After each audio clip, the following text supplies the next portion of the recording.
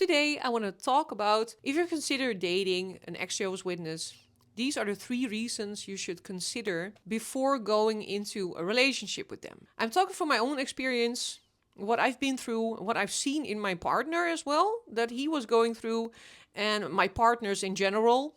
I didn't have one partner, I had more partners, and what I've seen in general, what they are going through with me and what I've been going through with them. So let's get into it. Let's talk about this. The first thing is being raised in different cultures and having different worldviews.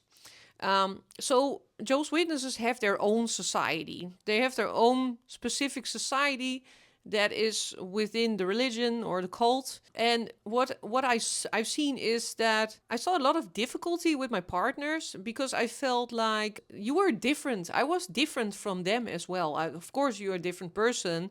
You're not the same person, but I had a certain worldview that I thought was the only way. I've really seen that my partner and my partners were doing certain things and I considered them as bad. Like the things that they did, I considered them as bad. It was very, very difficult. So this other person can come off as you're doing things that I didn't experience. I wasn't considering those things to happen. I had some perfect idea about what a relationship would look like and how I was going to be treated, and this whole perfection that I feel and that you felt. A lot of times I felt like my partner was not loving me as much as I thought he was because I was expecting a lot of things of him. So when I'm talking about him, I'm talking about like a general person. It can be many persons, can be different persons, different men that I've been dating before. I felt at some point very clingy to them as well because I thought that I didn't know how the world worked.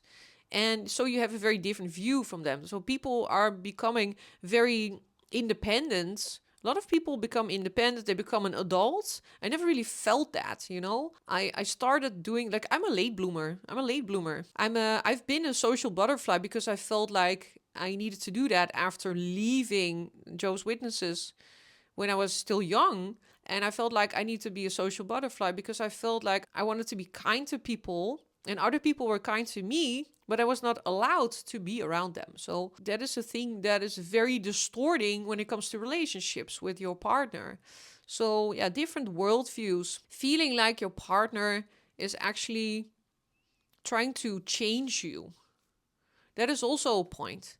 Feeling like my partner was trying to change me because I had a different view on life and I considered things that I did as some kind of perfect because that's what I've learned.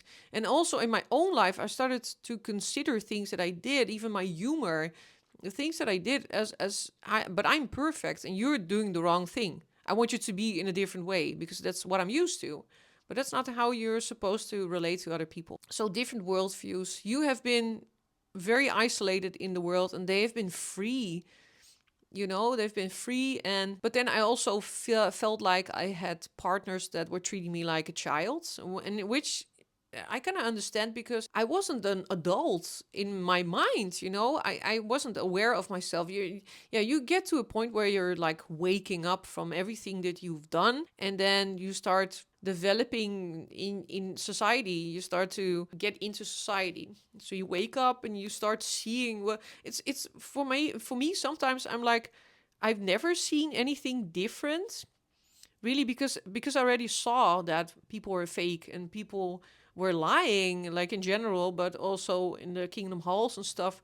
People were lying. It was all fake smiles. I consider that as it was, yeah, people are considering me and you maybe as a child, as an ex-Jehovah's Witness, because you're allowed to think to a certain point, and then you've never been allowed to think any further than that, and then that's where it crosses the line, and then people are starting to treat you as such, like a child, or like you don't know that much. And it's kind of like that because you haven't learned to look inside yourself to better things or whatever. But also, yeah, the annoying thing is that you feel like you're trying to change your partner, but then your partner is also trying to change you. to see it from a different point of view, and you cannot, but you just simply cannot see that, you know? You cannot see that from a different point of view because you never had another point of view. And then you start to you start to survive like you don't know any better. You don't know any better than what is there. And then your partner is wrong for trying to change you, but then you are also wrong for it. It's very complicated. It becomes very complicated. It's a lot of fighting at some point because you have a perfect idea in your head, and then maybe you're also attracting like the negative man in your life, not the good man. But then also you're not a good woman if you're not participating, or like you're not outing your appreciation to your man, and you're not listening. You cannot listen, and it's not you don't do that because you want to do that. Because you're a mean person, but because you're acting like a mean person, can be, but it's because you cannot see it. You just cannot see it, and that's where it clashes when it comes to different worldviews. You have been isolated, and usually the other person has been freer than you in society, and so knows more about it than you do. And you cannot change another person, which brings me to the second point, and that is trauma. Having traumatic experiences. It's a trauma to live isolated for many years. Most people have not been feeling that. Most people have not lived isolated. They have experienced this in maybe 2020 for several years. That was traumatizing enough. Look at society, how it is now. You see, that is how traumatizing it is. That is extremely painful to experience. You've been isolated from the world you came on. You have been held back from everything and everyone. You've been told that we are okay, we are loving, but you feel that it's different. So, and that starts clashing. And traumatic experiences in your life, and even thinking that there's nothing wrong with you. There's nothing wrong with me. I've heard it so many times around me. There's nothing wrong with me. When people are struggling with severe trauma and they say like, I've already done I've already done my thing, or I have shoved it away. Usually they're not saying it, or there's nothing. You are the problem. Maybe you are the problem. I'm not doing anything wrong. No, but you're experiencing things that are painful for yourself or are harming others. Maybe one of my examples is like the traumatic experiences that I was not strong, as a person, not pulling through necessarily in certain things. Very emotional. You're being like these points, like these symptoms are being very emotional, and just like shit coming up in your head, and you're crying and you don't even know why it's coming up, and you don't know what to do with those things. And constantly the pain and the hurt and the suffering you've been through is coming up in your head. Those are traumatic experiences. These are experiences you're still linking to things nowadays that are happening, that have happened, and it can be very troublesome in a relationship. So, and also the trauma of being treated in a very compromise, like in a very small way. You're being treated in a very small way. There's a very small world in a very small way, and then some kind of, like, in a sense, it's kind of magical. And then in the other sense, it's very, very closed off from everything. You've been raised very closed off. So you become closed off emotionally, whatever. Like, there are some things that are, like, you're not emotionally intelligent because you never learned. You never had the love. And maybe you feel like you're not being loved. You're linking things that have happened to you in your current relationship as an ex-Jehovah's Witness. That is what happens. And you simply just don't know how to live in this society and how to deal with your emotions. And for that, you need to be in therapy. But then it's still not over. A person that you're living with can really feel the problems with you living, like, and you're feeling not happy. You're feeling very insecure about yourself. Yeah, I had fear of going outside, and I still have some snips from it that I feel, but I have felt it very strongly when I was younger as well. But that is painful for your partner to see as well, that you hate yourself, that you're depressed, that you're suffering, that you're always in hurt and that you are not feeling strong enough in yourself. In the Netherlands, they say like you're not made of sugar, right? We are not made of sugar. So go outside when it rains, do things. You're not made of sugar. So that's a strong mentality in the Netherlands. But that is what happens when it comes to trauma. You can experience pain, traumatic comebacks in your head from what has happened to you. So hitting children was okay, and like it was very painful, like mentally, like there's nothing wrong. We are not doing anything wrong. Well, you feel like everything is wrong and everything is not going well and not okay. And I even saw my dad for many years at some point, and it was very difficult, Yeah, I've been told that he was a bad person, basically. And that was something I needed as well. I was looking, that is also a point then when it comes to dating an ex-Jehovah's Witness, when it comes to my experience, is that I was looking for a father figure. I could not find a father figure in my life. It's you have emotionally distant or like not even people that are not even in your life because they were shunned. In my case, my parents' case, it was that he was disfellowshipped. So there was no dad anymore for many years.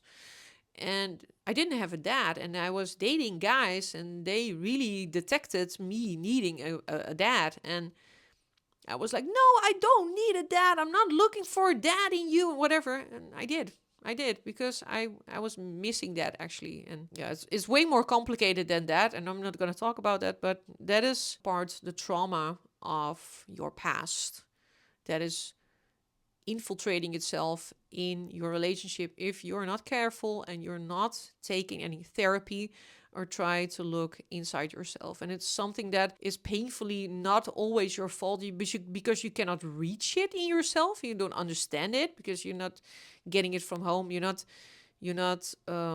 parents are not giving that to you. And how to live, stand on your own feet, without the organization, without your parents, and the shelter of the organization, so to speak.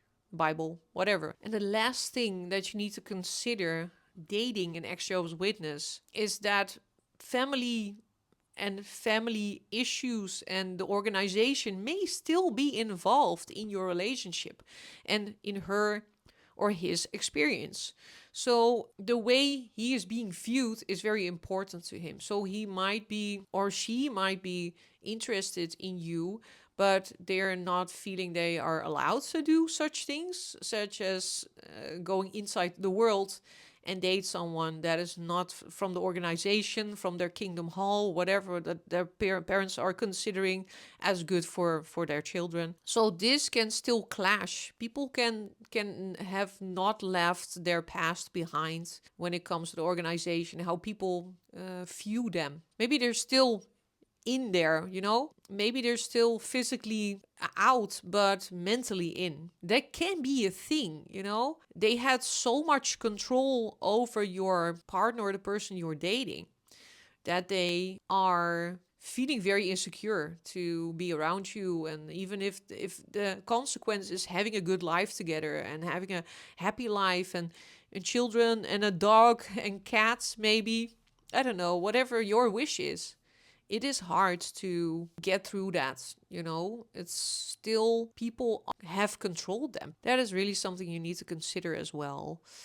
The last thing that I want to say is that people might want you guys to break up. So because they can control you with the idea of, you are not doing the thing of the organization, they might control you as well, in which you think that you are doing the bad thing, which is not necessarily true, but they might tell you that you are. So be careful with those people. Be careful. Or they might consider going back to the organization. They're leaving you behind. You can be shunned if you're actually getting into a relationship or you're dating someone that is an ex-Jehovah's Witness. They might go back to the organization again, especially if it just didn't last, or maybe you were a secret relationship. You may not survive because the other person considers the organization important again over you. So yeah, that can be a thing. That Not necessarily a common thing, but if it wasn't that long ago for a person, they might go back. So be careful, go to therapy. If you need to consider work things through, I'm very proud of you. If you're already doing that, I'm very proud of you. If you are trying to, at least, even if it's a one thing, to rewrite the future for your kids and for the health of other people and your partnership and whatever in life. I've currently decided as well to be alone, and I'm working through things for myself, and I have to discover the world. And so for me, I'm not dating right now. I have been dating, but yeah, so this is my experience and some things that you need to consider. I think before dating an ex Jehovah's Witness. Okay, so I've been honest. Thank you very much for watching this video. Now, like my video and subscribe to my channel. Thank you very much for watching. And I'll say, okay, peace.